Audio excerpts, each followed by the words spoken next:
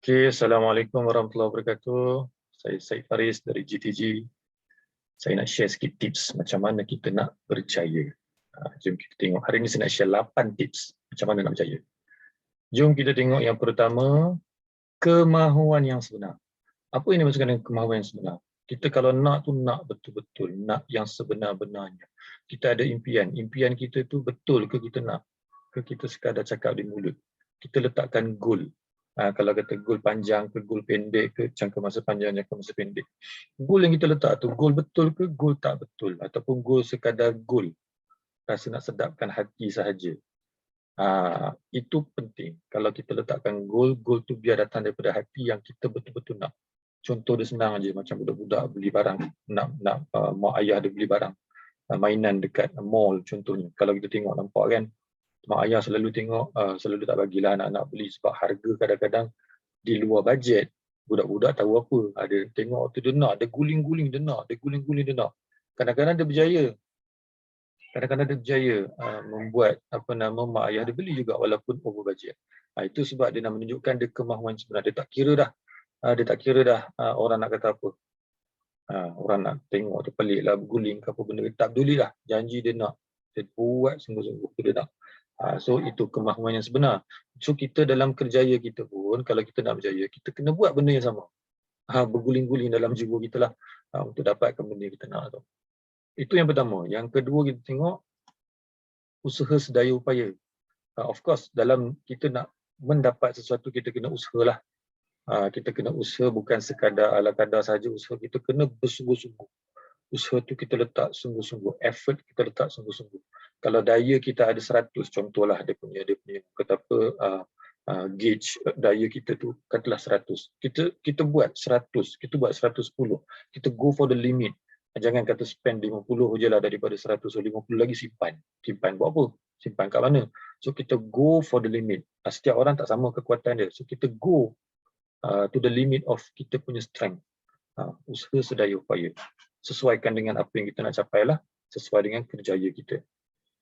Yang seterusnya, sanggup berkorban. Jaranglah kita dengar orang berjaya tanpa ada pengorbanan apa-apa. Mesti dia ada korban. Korban ni macam-macam lah. Kita boleh korban benda yang kecil, boleh korban benda yang besar. Tetapi kita kena berkorban. Contoh korban apa? Korban masa, korban tenaga. Selalunya of course korban tenaga lah. Kita nak usaha, penat kerja kot kan. So kita korban tenaga. And then kita korban hobi kita.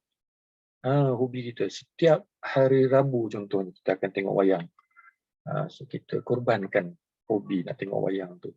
Kita korbankan. Mungkin kita hilangkan terus ataupun kita kurangkan daripada setiap minggu menjadi sebulan sekali ataupun 2 bulan sekali baru tengok.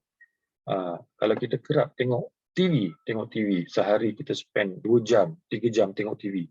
So kita reduce, kita cut kepada setengah jam aja sehari untuk tengok TV. Kalau sebelum ni kita ada Astro, kita layan Astro.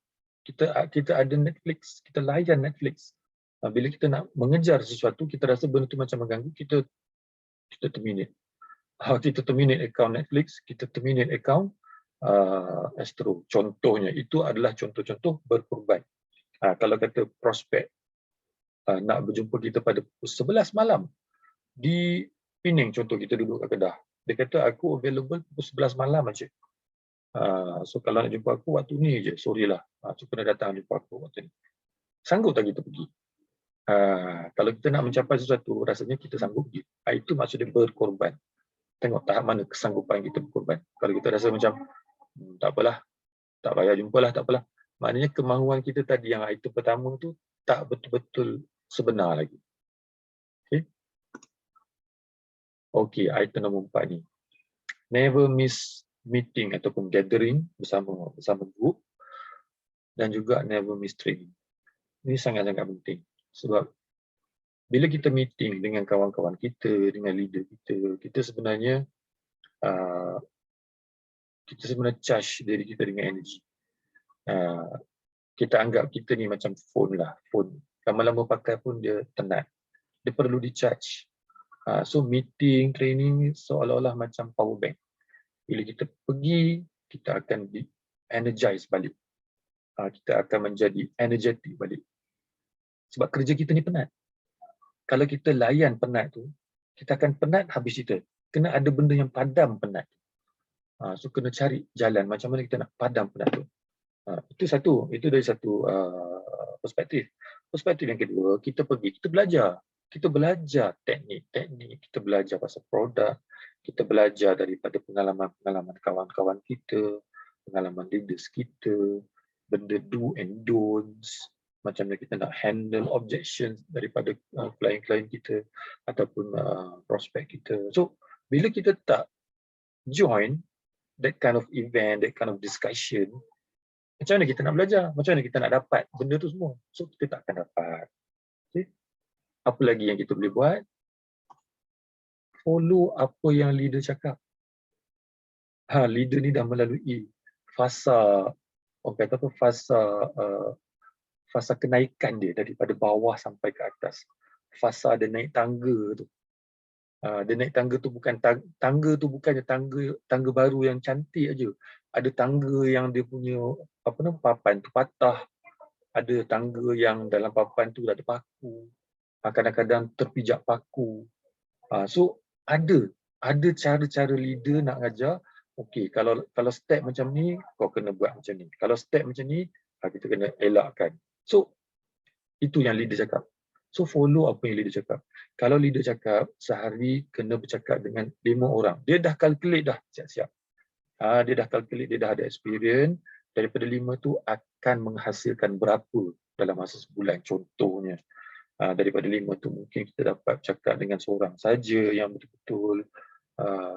Macam itulah contoh-contoh yang kita boleh dapat daripada kerjaya kita, daripada leader kita, daripada pengalaman kawan-kawan kita. So, follow apa yang leader cakap. Alright, kena ada strategi dan rangka kerja. Apa maknanya?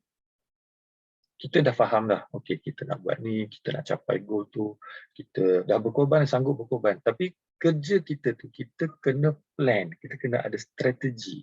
Macam mana nak memudahkan kerjaya kita. Contohnya kita nak jumpa ramai-ramai prospek kita ataupun kita nak jumpa seorang demi seorang. Tak ada yang benar, tak ada yang salah. Semuanya benar belaka. Semuanya sesuai dengan masing-masing. So tak ada yang dikatakan itu tak sesuai. Ini memang totally salah. Dia mungkin salah bagi seseorang. Dia tak sesuai kaedah tu. Tapi mungkin kaedah tu sesuai dengan kita. Okey, strategi kena ada. Kalau kita orang jenis tak pandai bercakap, macam mana kita nak buat? Sebab kita ni jenis tak pandai bercakap contoh. So kena buat macam mana? Kita memerlukan bantuan dari sudut presentation kit, sales kit, ataupun apa sajalah dalam bentuk yang bertulis, mungkin kita lebih organize, lebih structured dalam presentation kita. Ini kita kena rangka kerja kita, letakkan jadual yang betul-betul nak jumpa orang pukul berapa, nak keluar ke Penang dari pukul berapa, nak kena balik pukul berapa. So kita berlawan dengan masa sebenarnya. Masa tu tak pernah berhenti. Masa adalah sesuatu yang tak pernah berhenti. Dia tak pernah letih. Pergerakan dia konsisten sahaja. Dia bagilah situasi apa pun, dia bergerak aja. Itu masa. Jadi macam mana kita nak kejar masa tu? Macam mana kita nak minimizekan masa tu? Sebab sehari kita ada 24 jam sahaja. So kita kena rangka kerja kita molek-molek dan baik-baik. Okay?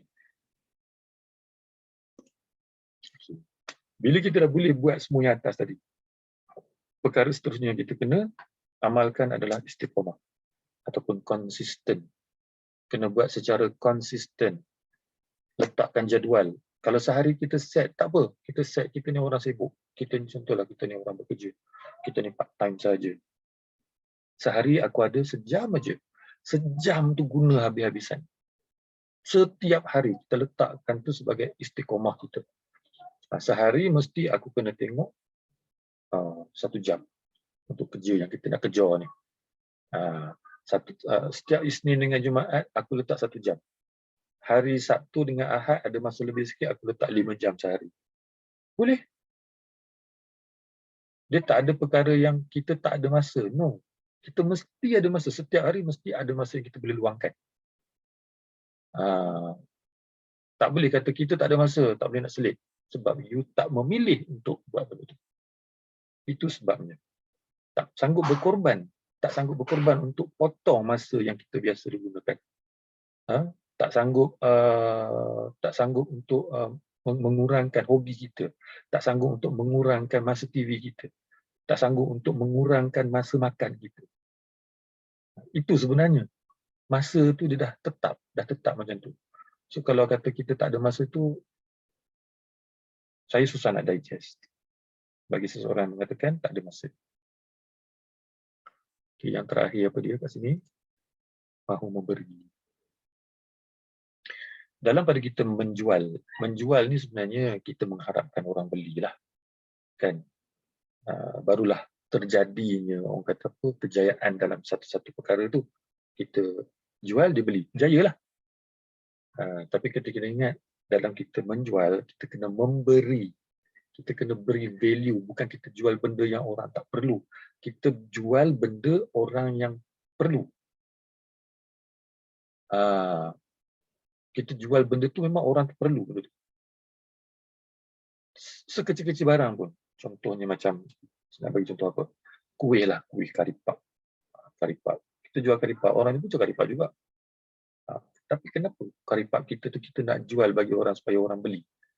Kita kena bagi value kepada karipap tu. Karipap kita bukan karipap angin contohnya. Buka aja isi dalam tu tak ada angin, penuh dengan inti.